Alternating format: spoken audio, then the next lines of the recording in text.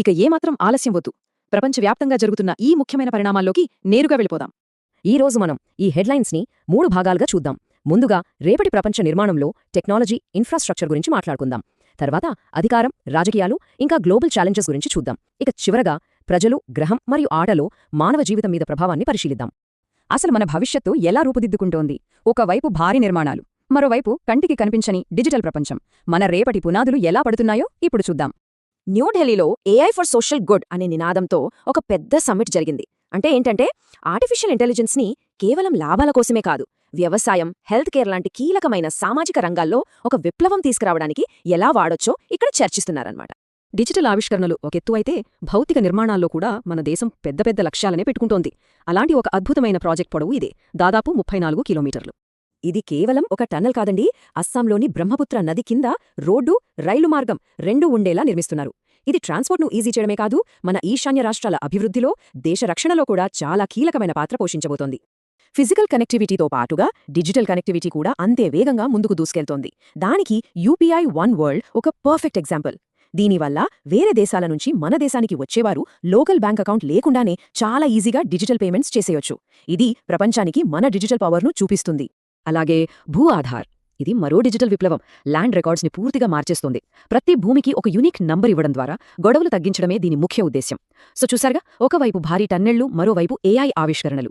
మన దేశ భవిష్యత్తుకు పునాదులు చాలా బలంగా పడుతున్నాయన్నమాట. ఇక పాలిటిక్స్ విషయానికొద్దాం.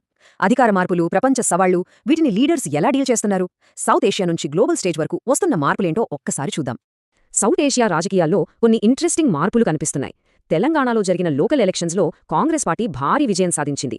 అదే సమయంలో మన పక్కనే ఉన్న బంగ్లాదేశ్లో కొత్త నాయకత్వం అధికారంలోకి రాబోతోంది. ఈ మార్పులు ఖచ్చితంగా ఆయా ప్రాంతాల భవిష్యత్తుపై పెద్ద ప్రభావమే చూపిస్తాయి.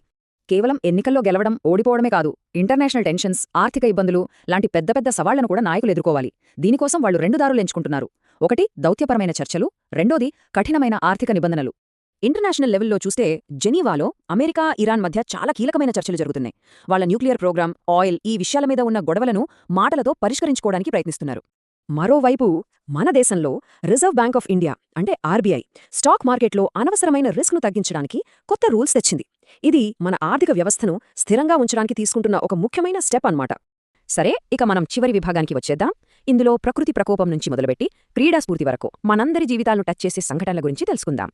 ప్రకృతి శక్తి మనల్ని ఎంతలా ప్రభావితం చేస్తుందో చెప్పడానికి మడగాస్కర్లో వచ్చిన గెజాని తుఫాను ఒక ఉదాహరణ.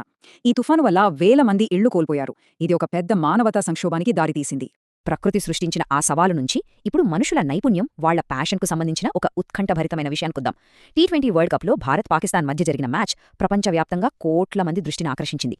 అయితే ఈ మ్యాచ్లో కథ స్కోర్బోర్డ్తో అయిపోలేదు. ఇంకో విషయం కూడా పెద్ద చర్చకు దారితీసింది. మ్యాచ్ తర్వాత ప్లేయర్స్ షేక్ హ్యాండ్ ఇచ్చుకోకూడదనే నో హ్యాండ్ షేక్ పాలసీ పెద్ద వివాదాన్ని రేపింది.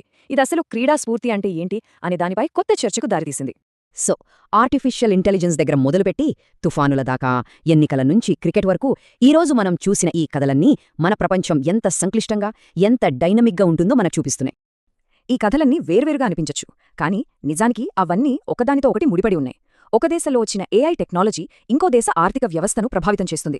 ఒక రాజకీయ నిర్ణయం ప్రపంచ శాంతిని మార్చేయచ్చు. మరి ఒక్కసారి ఆలోచించండి, ఈ రోజు మనం మాట్లాడుకున్న ఈ వార్తల్లో ఏది రేపటి చరిత్ర పుస్తకాల్లో ఒక ముఖ్యమైన అధ్యాయంగా నిలుస్తుంది? మరిన్ని ఎడ్యుకేషన్ మరియు ఇన్ఫర్మేషన్ వీడియోల కోసం ఛానల్ని సబ్స్క్రైబ్ చేసి సపోర్ట్ చేయండి.